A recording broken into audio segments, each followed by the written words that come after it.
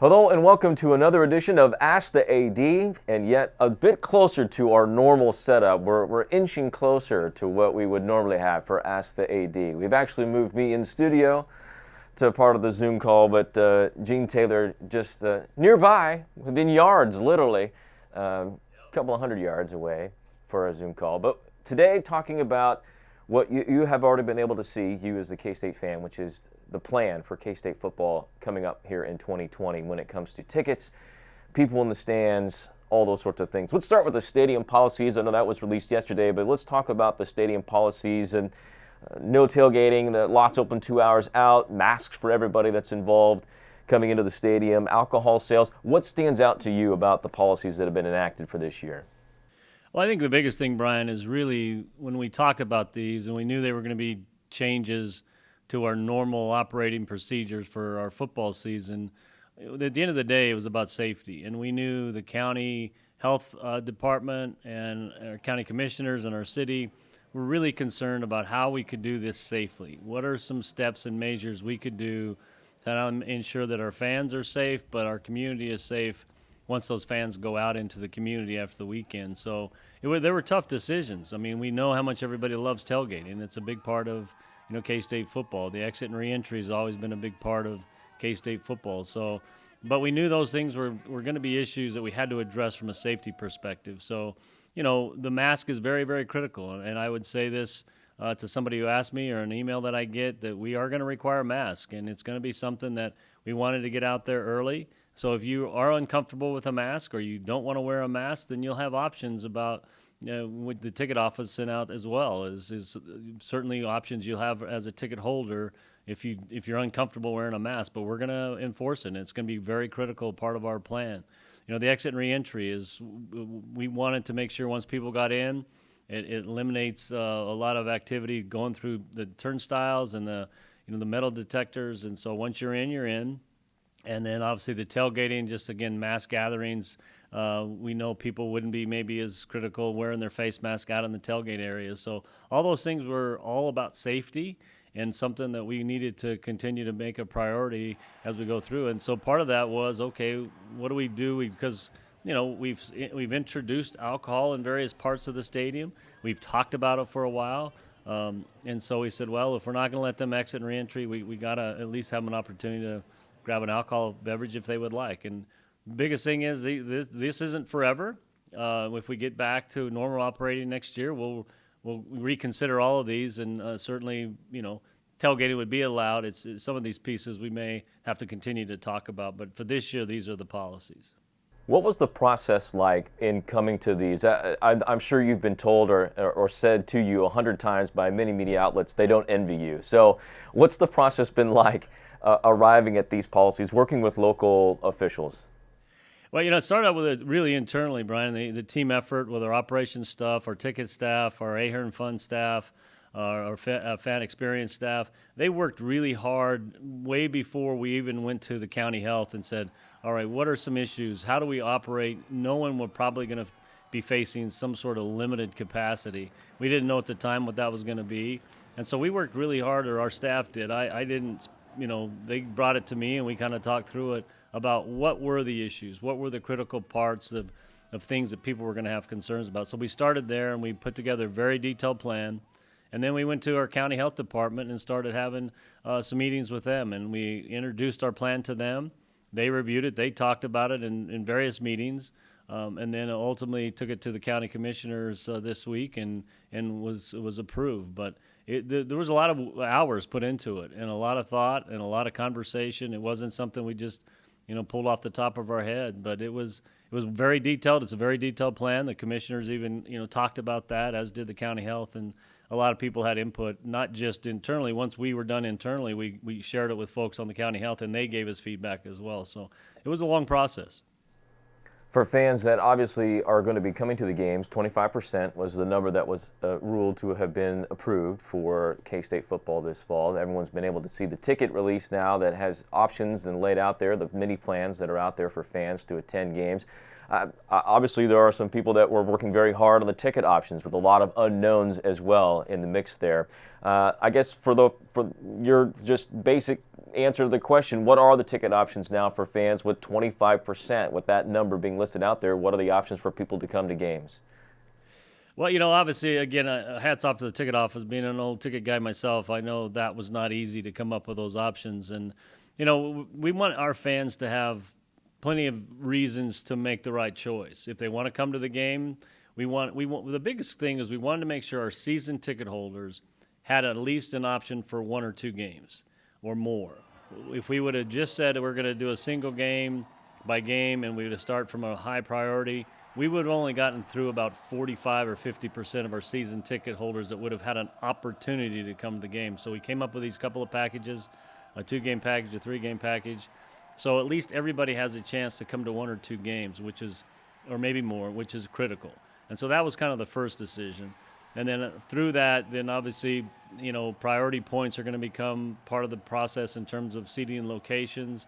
And then if you don't get a chance, then obviously there's opportunities to move if you don't want to come, there's opportunities to roll your tickets over to 2021. There's opportunities to keep the dollars in the department, which would be great for us and help pay, defray some of our expenses. That would be 100% deductible. Ahern Fund donations, the same. So a lot of options, which we wanted to give our season ticket holders. We want, again, our goal is to take care of as many as we can this year and bring as many back, if not all of them, back next year once we're back. And we wanted to be pretty flexible with that decision. Yeah, you mentioned the donation of your ticket. For those that do decide to keep, if you're not going to attend games, but you want to donate your ticket back, and the money you would have paid for a season ticket, we talked about priority points being an issue there. There is going to be an option for priority points to triple or increase the value of those points by donating your ticket back. More information through the Ahern Fund to come, and also through ahernfund.com. But the 25% measure, I think there may be some question. What all is included in the 25% that's allowed in the stadium? It's a great question. One of the first things is a lot of people are concerned about the students. So the students that were able to get tickets before the deadline will be able to come and certainly enjoy the game, the students that purchase. But it's going to include, our team player comps and their families. The visiting teams get 500 tickets, whether they'll take all 500 or not. And then obviously our season ticket holders and some percentage. And then premium seating as well. They'll be reduced, but they'll get a percentage as well. And then our staff and coaches will get tickets. And then the band will be there. Again, working with Dr. Trace. It'll be a limited band size. It won't be the full band. He's working through that, but they will be in attendance. So that's a good thing. And we want to have the best atmosphere as we possibly can. And so normal folks that come to the game, but in a smaller number, will be allowed to come this season as well, but just in the 25% range. Yeah, not to get too much into the details here, but on each section, but you did mention students in there, and I know that was bandied about a little bit on social media last night and this morning about students. Students will be allowed to come to the games. Yeah, they will. And again, we did set a deadline this year because we knew we were going to be limited capacity. The deadline was, I think, a week or so ago. And anybody who purchased before the deadline will be able to come. And again, they have options too. If they don't want to come or they don't feel safe, they can work with our ticket office on the options they have with their ticket purchase as well. As everything has been the case during these times, it seems like everything changes very quickly. So do these policies, in your mind, do they change for the better or for the worse? What's your gauge on that? Well, I think our policies of face masks, no tailgating, exit and reentry, those won't change. If we have a spike in the community and there's a concern that our numbers go significantly up, the county commission did say they could reevaluate our 25% number, and it could go the other way. I hope that doesn't happen. I hope everybody stays safe and wear their mask, and including our students and our athletes while they're out socially.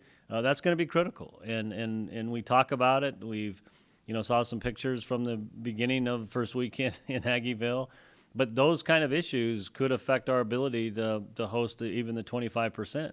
Now, the other thing is, I guess if we go down the other direction positively, we could consider potentially more folks in the stadium in later part of the season. I don't really think that's a possibility, but I hope it is. And if it is, we'll adjust from a ticket perspective and get that information out back to our fans as well.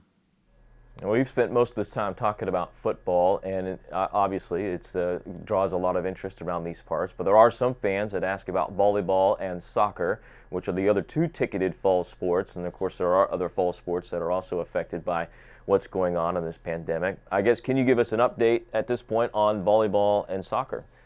Yeah, we're going to have a final decision today. I've got an AD call, but here's what we're doing. We're committed to playing volleyball and soccer. Our soccer season will probably be shortened again, just like football has been. We are going to look at playing a single game per week soccer match, and then possibly an end-of-the-year tournament of the top 4 teams. That's on the table right now for soccer. Volleyball will play their traditional double round robin in a little different format. Instead of home in 1 week and away in 1 week, you'll actually play this team twice. And so they are going to move forward. Cross country, I know it's not a ticketed sport, but they'll run this fall and have a chance to run for a cross country championship. So we should have those final decisions today, and then get it out to our fans in terms of what our schedule is going to look like. But we're committed to those sports as well, and then having the opportunity to play for a Big 12 championship. Well, a lot of good things on the horizon in the sense that we're actually talking about sports. It feels good to actually get into some bit of normalcy, even though we can't see each other face to face and be in the same room. It feels like old times again, getting back into things. Thank you again, Gene, and your staff for all the hard work that's being done, and thank you to the fans who have been so loyal during this whole time. I know it's important to you too. I'm sure you've heard lots of encouraging emails in the midst of all the bad stuff. The K-State fans have been just trying to, hey, stay the course, and we're in there with you. Yeah, Brian, that's a great point. Our fans have been tremendous. They've been patient, waiting for us to give them answers to their questions, and they've been supportive, and we appreciate that. We've always said all along, that we have the best fans in the country. I truly believe it. This is just another example of how great our fans are in terms of their ability to be patient, be supportive, and we're going to still need you to be that way throughout the season, whether it's our fall season or when we get into the winter sports as well. So thank you guys very much for all your support and all your patience. It means a lot. Thank you, Gene. Appreciate the time. Thanks, Brian. Appreciate it. Director of Athletics, Gene Taylor, on another edition of Ask the AD. Don't forget, as always, questions can be asked on social media. Gene will do his best to answer what he can, and we'll do our best to answer your questions on the next edition of Ask the AD. For Gene Taylor, I'm Brian Smoller. Thank you for watching.